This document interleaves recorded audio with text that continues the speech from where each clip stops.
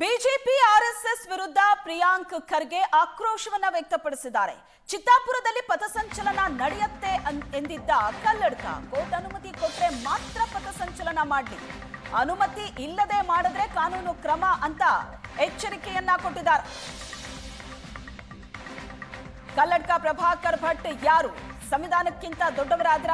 Permission ಇಲ್ಲದೆ ಮಾಡಿದ್ರೆ ನಾವು ಏನ್ ಕತ್ತೆ ಕಾಯೋಕೆ ಇದೀವಾ ಅಂತ ಪ್ರಶ್ನೆ ಮಾಡಿದ್ದಾರೆ ಪ್ರಿಯಾಂಕ್ ಖರ್ಗೆ.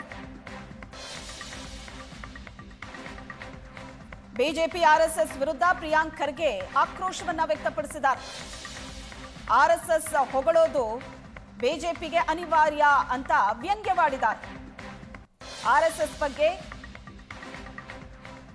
ಆಕ್ರೋಶವನ್ನ ವ್ಯಕ್ತಪಡಿಸಿದ್ದಾರೆ ಪ್ರಿಯಾಂಕ್ ಖರ್ಗೆ. ಸಾಹೇಬರಿಗೆ ಕಾನೂನಿನ ಅರಿವು ಸಂಪೂರ್ಣವಾಗಿದೆ. ಎಲ್ಲೂ ಕೂಡ ನಾನು RSS ಬ್ಯಾನ್ ಮಾಡಬೇಕು ಅಂತ ಹೇಳೇ ಇಲ್ಲ. ಅದು ರಿಜಿಸ್ಟರೇ ಆಗಿಲ್ಲ ಅಂದರೆ ಬ್ಯಾನ್ ಹೆಂಗೆ ಮಾಡ್ತೀರಾ? ಆಮೇಲೆ SR ಬೊಮ್ಮಾಯಿ ಅವರ ಜಜ್ಮೆಂಟ್ ಓದ್ಬಿಡಿ.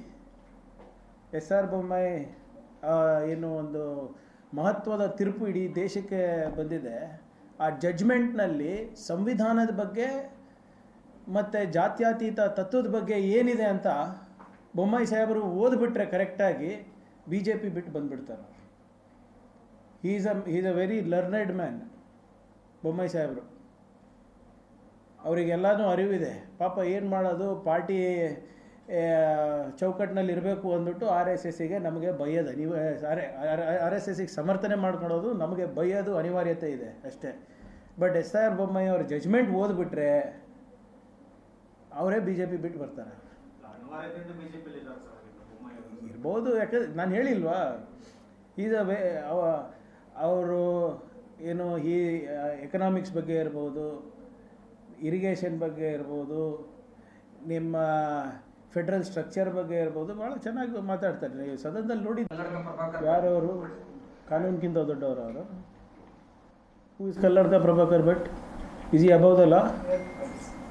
ಏನು ಸಂವಿಧಾನಕ್ಕಿಂತ ದೊಡ್ಡವರಾಗ್ಬಿಟ್ರೇನ್ರಿ ಇವರೆಲ್ಲರೂ? ಮಾಡಲಿ, ನೋಡೋಣ. ಕೋರ್ಟ್ ಪರ್ಮಿಷನ್ ಕೊಟ್ಟರೆ ಮಾಡಲಿ, ಬೇಡ ಅಂತ ಇಲ್ಲ.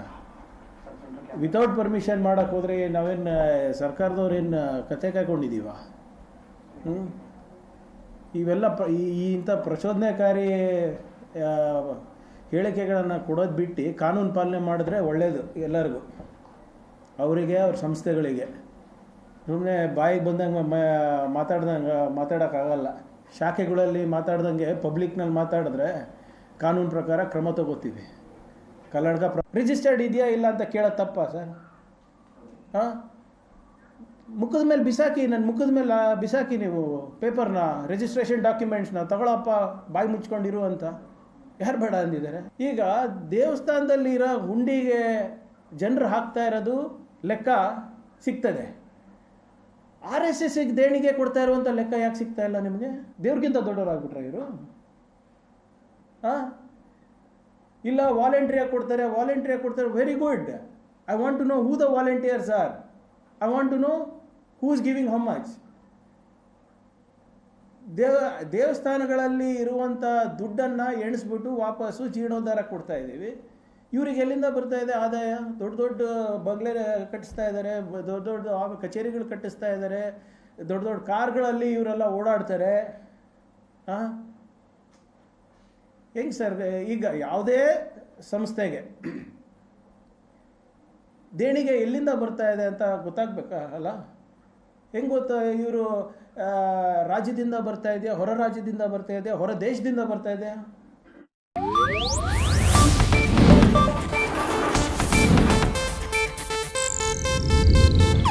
ಇದು ಏಷ್ಯಾನೆಟ್ ನ್ಯೂಸ್ ನೆಟ್ವರ್ಕ್ ಪ್ರಸ್ತುತಿ.